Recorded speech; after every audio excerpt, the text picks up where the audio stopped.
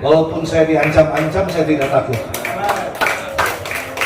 Sementara ini mereka yang tidak kerja, mereka yang tidak taat aturan, mereka yang tidak disiplin, tetap akan kena sanksi sampai pemberhentian.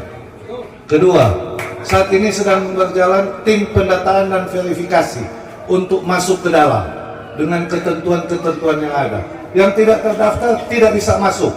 Nanti bangunan baru jadi sudah tidak ada berjualan di luar area. Jadi semua di dalam area pasar baru. Selanjutnya perubahan struktur itu memang harus ada perubahan perda, sama dengan swastanisasi. Perubahan perda itu kewenangannya Pak Dr. Suyanto dan kawan-kawan, bukan kami.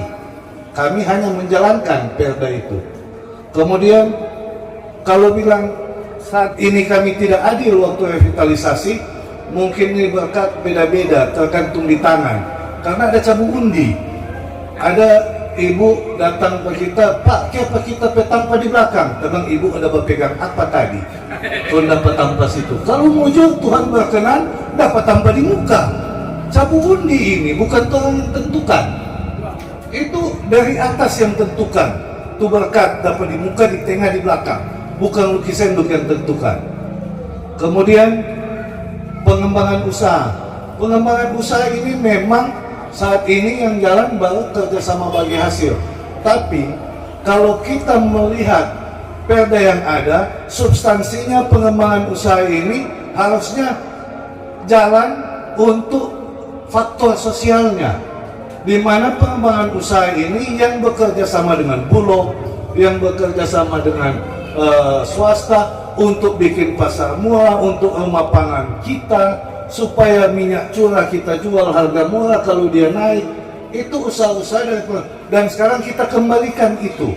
Kita kembalikan pengembangan usaha, bukan berpikir mau cari investor, mau bangun itu shopping center, mau bangun itu kelembasan lagi, tapi bagaimana menyentuh aspek sosialnya, bagaimana kita mengendalikan harga yang tinggi.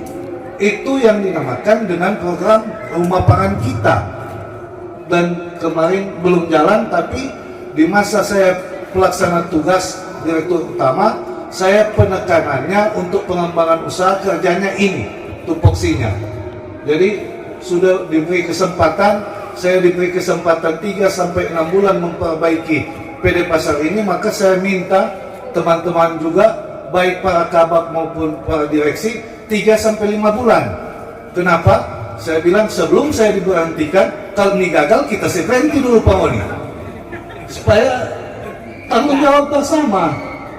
Semua tanda tangan, saya tanda tangan siap diberhentikan 3-6 bulan kalau tidak jalan untuk perbaikan.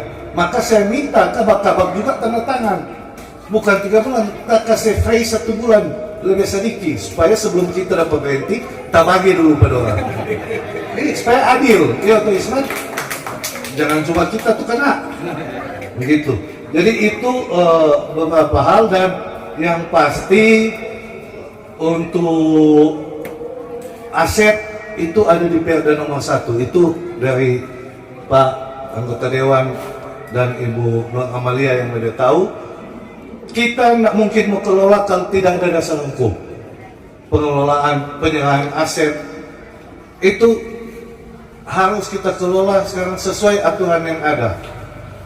Saya bersyukur saya belajar beraktivitas di KNPI dan sebagainya sampai KPU. Saya belajar bagaimana membaca peraturan-peraturan undang-undang, dan insya Allah saya akan berpegang pada undang-undang dan peraturan yang ada. Terima kasih.